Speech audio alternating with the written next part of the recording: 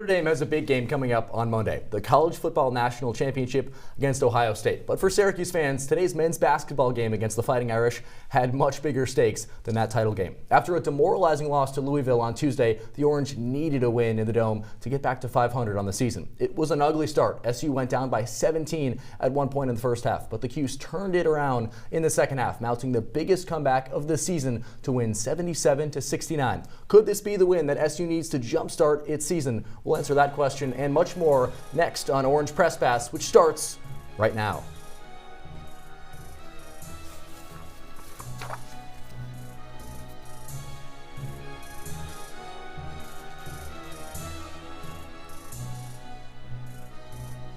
Revenge is a dish best served cold. Guys, it's pretty chilly here in Syracuse. Welcome into the first Orange Press Pass of 2025 alongside Hudson, Ridley, and Rahill Jaiswal. I'm Peter Elliott. The Orange extract revenge for an earlier season loss to Notre Dame. SU comes back from down 17 points to win 77-69 this afternoon inside the Dome. Early on, it looked like the Orange were on track for another one of those bad losses, but the Cuse showed a lot of fight in this comeback. Hudson, what was the reason they won this game? Well, it's just that. My first thought with this is when this team doesn't quit, they can be incredibly special. When you look at the games that Syracuse loses in blowout losses, it's always because the body language is bad. Shoulders start to slump. Shots get bad. Defense isn't played. But when they stick to it like they did today, you make defensive adjustments, you make scheme adjustments, you get fired up and you lean on that crowd. They showed today that when they play with that intensity, they can beat teams in the ACC.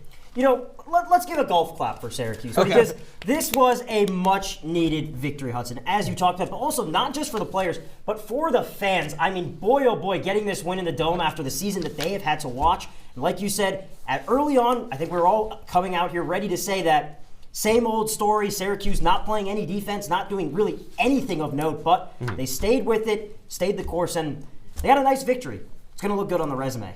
Golf claps indeed to the Orange. Let's see how it all went down inside the Dome. The Orange coming off a blowout loss to Louisville on Tuesday. The Orange taking on the Fighting Irish, two 8-9 teams in need of a crucial conference win. The Fighting Irish won this game earlier on in the season, 69-64. The SU looking for revenge here. Braden Shrewsbury, who just hit that three, he was big in that game. He had 25 back in December. Didn't put up as strong a performance in this game because of Marcus Burton, who was out in that first game back in December. He was huge, had a game-high 28 points. But how about Chris Bell here, Hudson? Chris Bell, his only points of the game, only 6 minutes today. That's been his usual role now.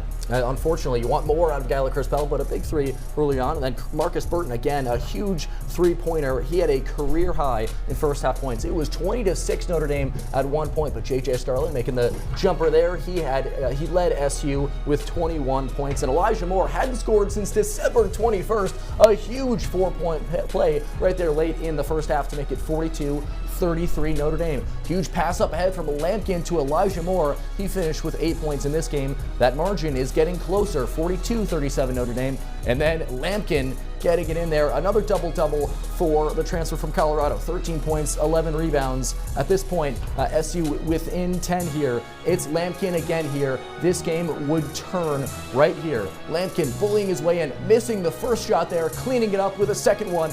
SU leads 67-65. He says, "You are too small," the Fighting Irish. And J.J. Starling here at one point had 10 straight points, turn around, making it. The Fighting Irish, his former team, he extracts revenge. SU wins 77-69 in this one. Huge game there from J.J. Starling. Rahill? Yeah, I mean, Peter, J.J. Starling really struggled in the first half, especially early on, and really was kind of off throughout the whole game, but picked it up, finished the game with 10 consecutive points. Really, SU's leading scorer finally took over, and they got the victory. And how about Eddie Lampkin Jr., especially coming out another double-double? There's been a lot of criticism of Lampkin Jr. and some of the things he may not be doing for this team. Well, this was a high-motor performance from him that we've been waiting to see, and it paid off in the stats categories, and then down the stretch, a couple of clutch buckets from him. But we bring in a high motor guy here inside our CitrusTV studio. What's up, Nicholas. Peter? Hey, good to see you in 2025. It's so good to see you in the new year. Well, you were inside the Dome for this game. I'd love to just get some of your takeaways from this one. You were inside the press conference. What did Adrian Notre have to say? What was key to this win here for the Orange? Well, Syracuse needed to score a little bit more in that second half, Peter, and a big reason why is because J.J. Starling came to life, and This is the version of J.J. Starling that we saw take over in the second half against Boston College, not the one that only scored 4 points in the entirety of the game against Louisville a couple of nights ago. But a really important aspect for J.J. doing what he does best is he can't be on the ball all the time. And in the second half, we saw a lot of Jaiswal Carlos, who might not always light up the box score, but Adrian Autry in the press conference room continued to harp on the man that he calls JC, Jaiswal Carlos, as being so important to freeing up Starling, having him run crazy off the ball, using picks to his advantage, and letting him get downhill. Well, that's a little bit of TV magic for you right there. Ian, it's good to see you. Yeah. Obviously, Marcus Burton in that first half, a heck of a game. 10 for 16, 22 points, then cooled off in the second half, just 2 of 10 and 6 points. What changed for the sophomore from half one to half two? Well, I mean, he's still Marcus Burton, right? He's continuing to attack the lane, but I think a big reason, Hudson, why he kind of slowed down in that second half is Syracuse's defensive adjustment against him. A lot of drop coverage from the Orange off pick and rolls in the first half, which allowed Burton, a slasher, to get downhill, and the help defense just wasn't playing up tight against him. Syracuse was switching a lot more on screens and stopped his forward momentum much better in the second half. And also, just from an emotional perspective, when Adrian Autry got in the halftime locker room, according to J.J. Starling, he challenged his players. After Burton had 22 points in the first half, Coach Autry said, "Who wants to guard him? Who wants to guard him?" Starling had his hand up. Everybody, theoretically, had their hands up, and it looked like it in the second half as he only scored 6 points. Hi, Ian. Hey. How you doing? Good to see you. Definitely something interesting we saw was Peter Majstorovic getting some closing minutes down the stretch. It's kind of been a little bit of Elijah Moore, Chris Bell, a little bit of Lucas Taylor. What went into Autry's decision to insert Peter Majstorovic in the closing moments of today's game? Well, compared to all the players that you just mentioned, Rahill, the big thing that Pitar has is size, right? 6'9", 215, a player who's gotten comparisons to the great Marek Dolezaj, an Orange legend from a couple of years ago. And he plays a lot like him, but specifically in today's game, a big reason why we saw a lot more of a true freshman by way of Serbia is Jair Davis got in foul trouble. Davis had 4 fouls, and with Donnie Freeman out of the lineup and Adrian Autry still saying he's day-to-day, it feels like it's week-to-week at this point. They needed to play Pitar, and when Adrian Autry was in the post-game press conference, he was kind of chuckling because a big issue that the true freshman has had is getting in foul trouble, and today, luckily, he didn't get in foul trouble, and Jair Davis did. Luckily, Pitar stepped up in his place, and defensively, the Orange buckled down. A big reason why they did is because of Pitar's motor. You described me as a high motor guy, Peter, but that guy, he's running a little quicker than I am. Pitar has much more of a high motor than I do. I'm just, Sure, but more you of got a that medium motor length guy. kind of like him. Thank you. I appreciate it. Well, great performance from him. Only 3 points in the box score, but really his presence was more than that in the box score. Yeah, really. Yeah, I mean, this is a player that has been, I think, the most consistent freshman on this team outside of Donnie Freeman, right? You were talking about Chapa Moore earlier in the show, finally making an impact. He hadn't scored in the previous 6 games, and he does not play the best defense. No. Pitar, like you said, his impact goes beyond the box score, and routinely this season, he's been one of the best Syracuse players in plus-minus every single time. Well, we thank you so much for being in the studio here to break down this game. Syracuse wins this one over Notre Dame. Ian, thanks so much for joining us here. Of course. Thanks for having me, Peter. Well, plenty more to come here on Orange Press Pass. We've got more on this comeback against the Fighting Irish, and the game's coming up for SU, but we'll clue in on a few more players that were key to this win. Stick around. Orange Press Pass rolls on after this short break.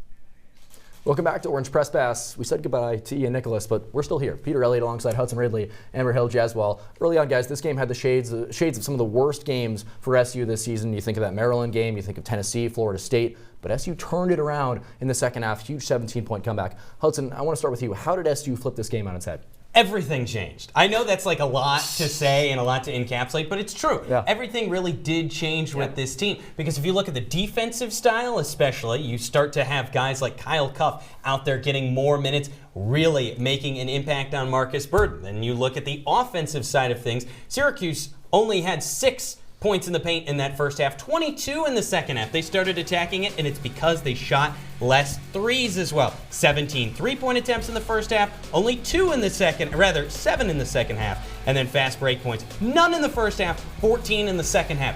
When I say everything, Rahill, I literally mean everything. Yeah, you're 100% right. And the main thing that was the catalyst for all of it, though, was finally on defense, Syracuse locked in. They've had a couple good defensive performances here and there against Boston College, Georgia Tech, but this was the first game, in my opinion, against a pretty good ACC squad. You can say, wow, they really locked in on defense. Notre Dame really did whatever they wanted, had 5 3-pointers, 5 and 9 from 3 in the opening first half. 0 for 5 in the second half. I think that was so key. You saw the intensity of the defense, something you certainly didn't see at the last game against Louisville. Take a look at the box score here. I think one of the big things is just the rebounding margin. Syracuse, well, for all their faults, are still a really strong rebounding team. You especially saw that today, especially in the second half. So many offensive rebounds. Remember that one possession late in the game with under 2 minutes left? Yeah, it felt like they and they had a chance for more after that. I was surprised they didn't end up going with that. Eddie Lampkin put up a 2-point shot. You could have had even more to kill the clock. It was pretty impressive. Yeah, like you said, Rahill, when we were watching the game, yeah, obviously you want to make one of those buckets, but that was a great way to kill the clock, and that was key to the win.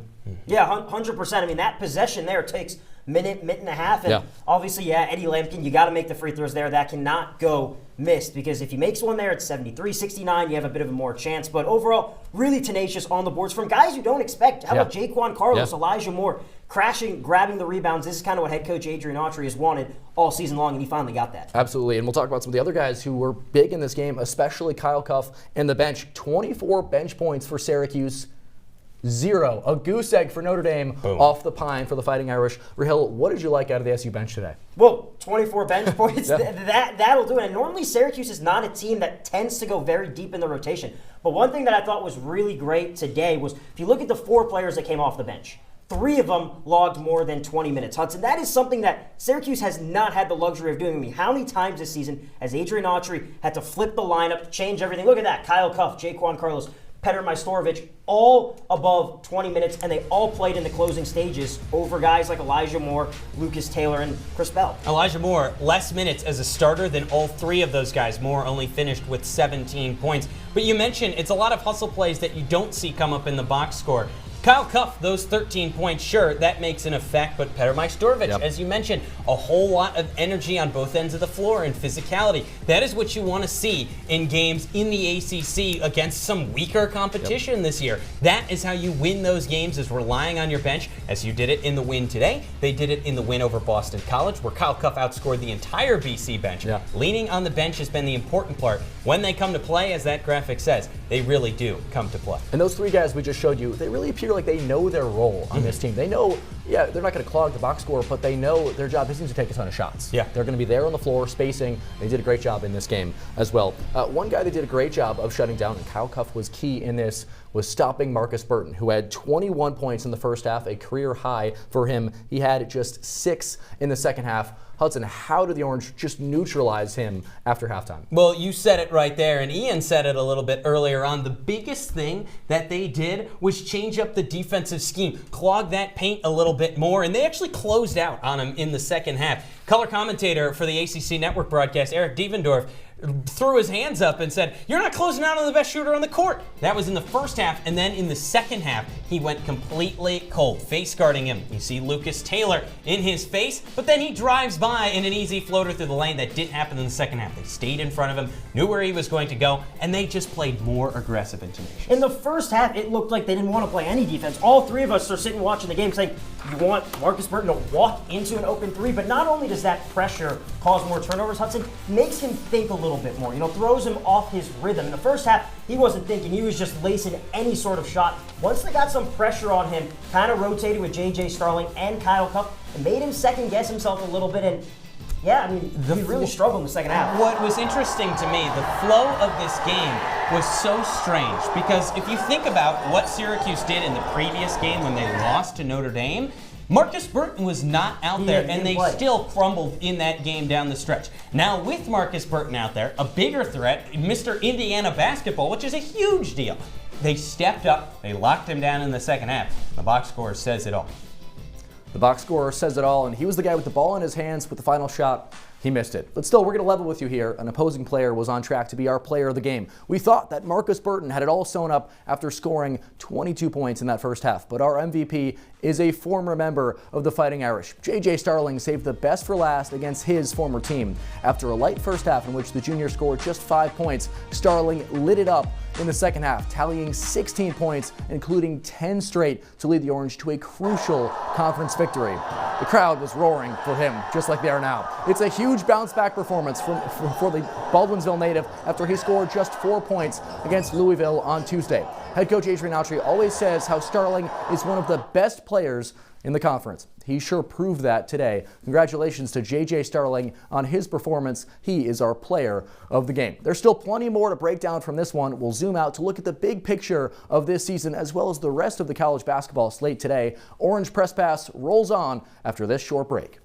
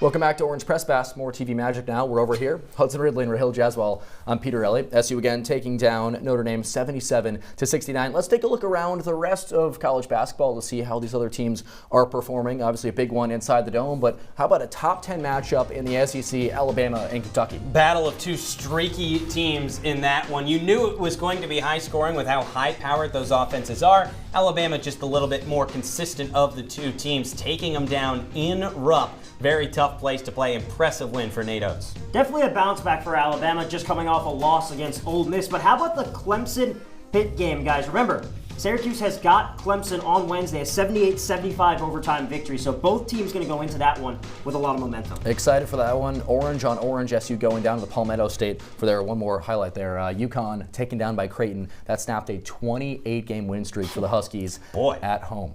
Jeez. The giant goes down. The two-time defending national champions, UConn. Well, let's go back to home for SU. Let's take a look at the big picture of this season. It hasn't gone the way I think many fans wanted to, but the Orange getting back to 500 for the year. Probably didn't want that score, want that record at this point in the year. But let's talk about some of the guys who have been key for this season so far. I think Kyle Cuff is a guy who comes to mind. Hudson, I want to start with you. Is it fair to say that he's the heart of this team? No, I think if you want to say heart of this team, that's very fair. Usually, you target that on a walk-on or a GPA guy. But I genuinely do think that Kyle Cuff, what he's done in the role that he's filled, the first couple games of the year, first about 8 games of the year, I think it was, he had 0 points in those 8 games combined.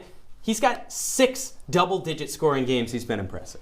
I don't know about heart of the team. He's had 2 good games off the bench, but today he deserves all the praise for what he did, not only on the offensive side, but on the defensive side, just being a disruptor. But heart of the team might be a little. I would argue he's had 6 good games off the bench at this point. He's really starting to get to a point where his defense is good, and he's the only guy that consistently gives effort out there sometimes, especially when J.J. Starling is not on the court. That is a guy you want on your team. And if he was a 4-star, rather not a 4-star, when coming into SU, we would say, oh, he's a fantastic player if he's a 3-star. It's just because he's a 4-star. That's the hate that he gets. Yeah, absolutely. A strong showing, though, again, from Kyle Cuff. 13 points to finish this one against Notre Dame, and a great, strong defensive effort against Marcus Burton. Let's take a look at another guy who began the year on the bench and worked his way into a starting role, but struggled the last 7 games. We're talking about Elijah Moore, a guy who had not scored prior to this game since December 21st. Finished the game, though, with 8 points. Rahill, I want to start with you.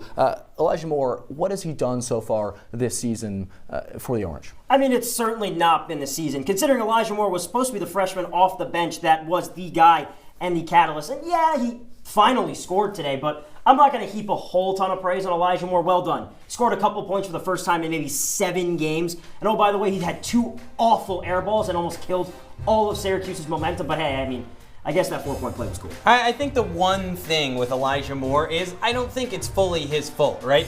Once he started heating up, they put him with the starters, reasonably so. But on the bench, he's a big fish in a little pond. As a starter, he's a little fish in a big pond, and he really just does not show up in that role. He had 17 minutes today. That's less than a lot of guys on the bench. He's a great shooter, and we know that, but when the confidence is down, that's when he starts to get a little shaky. He'll take 2 shots here, 2 shots there, but we won't really see much from him. Off the bench, I want him to be a bigger scoring option, so I think it's been mismanagement of Elijah Moore that's really hurting him. In a bench role, I think he'd be completely fine. I think that's the tough thing for the Syracuse team. They've got a couple streaky shooters who have been struggling this year. Chris Bell is one of them, Elijah Moore, another one of them. You know, Jim Boeheim would always stick with his shooters. He said the best thing to do with a guy who's streaky, keep playing him, let them keep shooting. He didn't score for 7 straight games, but he gets back in the box score here in this one against Notre Dame. A nice showing for Elijah Moore, sure. No, hopefully some confidence for Shop. I bet so. Yeah. Well, we're still plenty more to go here on Orange Press Pass, including a look around the ACC and a look around the Hill at some of the other scores on campus. We're going to keep going here on Orange Press Pass. Stay with us.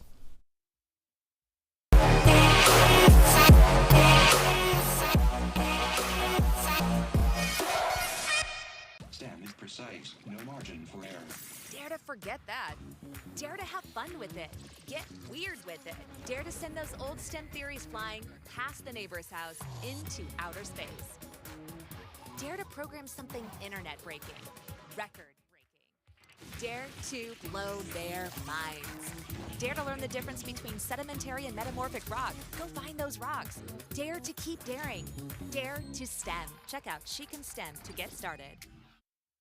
Welcome back to Review Crew. On today's episode, we're going to review Everything Everywhere All at Once. Here's a trailer for Doctor Strange in the Multiverse of Madness. Let's talk about this movie now. Let's talk about it. I liked it a lot. I love Kick-Ass. There are parts of me that want to just go through frame by frame and see every single multiverse when they'd have those Yeah, flashes. the big flashes. Me too. Talented, funny, handsome. Tim, come on. You got it all, buddy. You're like my own person. Look who's talking. Come on. See you next week.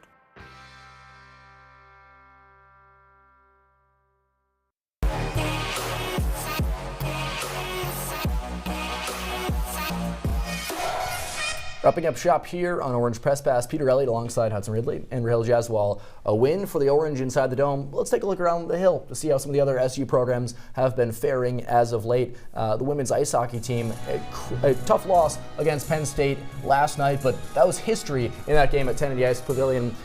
Allie Kelly, an all-time NCAA record with saves. Yeah, I mean, she gets peppered a lot in net, but the one thing that you kind of overlook, sure, you see 4 goals let up against Penn State and then 1 in another game, but if you really realize it, Allie Kelly is facing 40 shots a game. Yep. If you're a goalie with a little bit of a weaker back line, that's going to happen a lot, and Allie Kelly has really kind of rung the bell. You had to take over for a good lineage of Syracuse goalies. That's some tough shoes to fill, but she's done a good job. And on the bright side, I mean, today, a 1-0 loss in overtime against the number 9 team. You will take that, and head coach Brittany Smith even said after the game, there's a lot of positives to take away from today's effort.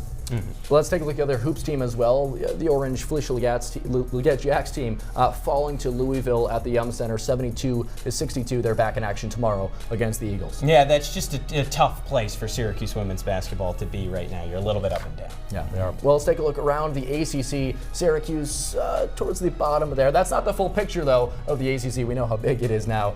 Really only one team in the top 25. That's Cooper Flagg and Duke. Yeah, it's a rough year for the ACC as far as conference goes, but now with these couple wins for Syracuse, you can think that they would be fine to get into the ACC tournament, which is going to be their best chance at making a little noise to get back to March Madness. Let's look at that number 2 team right there. Clemson 15-4 and 7-1 in conference play. That is SU's next opponent. The Tigers they've won 6 of their last 7 games. They beat Pitt, like we said, 78-75 in overtime earlier today. How do you think the Tigers will fare against the Orange? I mean, Brad Brownell still has legit squads, and I mean, this is a battle of 2 different echelons. I actually got to talk to Ken Palm before the season started. Real guy, wow. Kenneth Pomeroy. Yes. And what he told me was, here are the tiers. Clemson is in the top tier. He read off the entire middle tier to me, and I said, is Syracuse not there? He went, they're in my bottom 3. Those are the tiers that you have in this conference, and it's pretty evident. I think that'll show up in that one. Yeah, we're taking a look at the bottom 6 in the ACC standings right there. You got a couple teams that are struggling really due to coaching issues, right? I mean, Virginia, you got Tony Bennett leave, and then Miami, Jim Larinaga leaving as well. Those 2 teams in the cellar of the ACC. Thankfully, Syracuse no longer there. That's a good sign, right? Yeah, for now. I mean, not everybody makes the ACC tournament this year. Right. Only 15 of the 18 teams do so. So if you're not in that little grouping down there, it's always a good sign. Yeah, and on the bright side also, 3 of those teams down there, Syracuse has picked up W's against all 3 of them, Boston College, Georgia Tech, and Notre Dame. The competition is going to get harder, but it's good that Syracuse has kind of escaped that area where they might miss the ACC. Well, now I understand why those teams are down there, yes, too. now, 3 wins. Now you get it. That'll show you. Notre Dame, today's opponent, dropping down into that lower echelon of teams, down to 8-10 and 2-5 in conference play. It's time for a new segment here on Orange Press Pass. Let's sound off. Hudson, Ridley, the floor is yours. What is on your mind about this Orange men's basketball team? We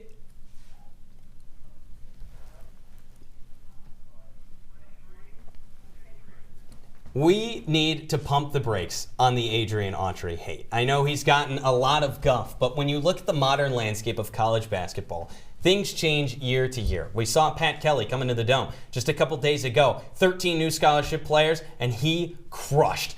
Things change year to year. Coaches change year to year. Landscapes of everything change with NIL. He does not have the players to win this year in any large capacity. But he has shown in a couple of games that he can make those halftime adjustments, just like today. And I think that's the big sign that people don't think about is you see all the numbers and you see where this program used to be. Yeah, college basketball is not the same. Villanova sucks. Virginia sucks. Some of those big-time teams that won championships just years ago, those are gone. So now with the landscape changing, I think we need to pump the brakes on the Adrian Autry hate because he has a good recruiting class coming in next year, and all it takes is a couple of guys. Think back to 2003, that's what it took.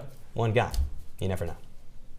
There is hope, ladies and gentlemen. This season is not completely lost yet. Now, granted, every fan should be disappointed at the season Syracuse has put together, but today might be a building block. Head coach Adrian Autry finally making some in-game adjustments, as Hudson just pointed out, playing the bench players all the way through. Maybe you've got something with Kyle Cuff and Petr Majstorovic playing big-time minutes coming off the bench. All of a sudden now, head coach Adrian Autry has a couple options. The last couple games, he's been throwing everyone in the starting lineup. No one has really stood out, but today might be a building block for something better in the future to at least get this team back to maybe a respectable record this season.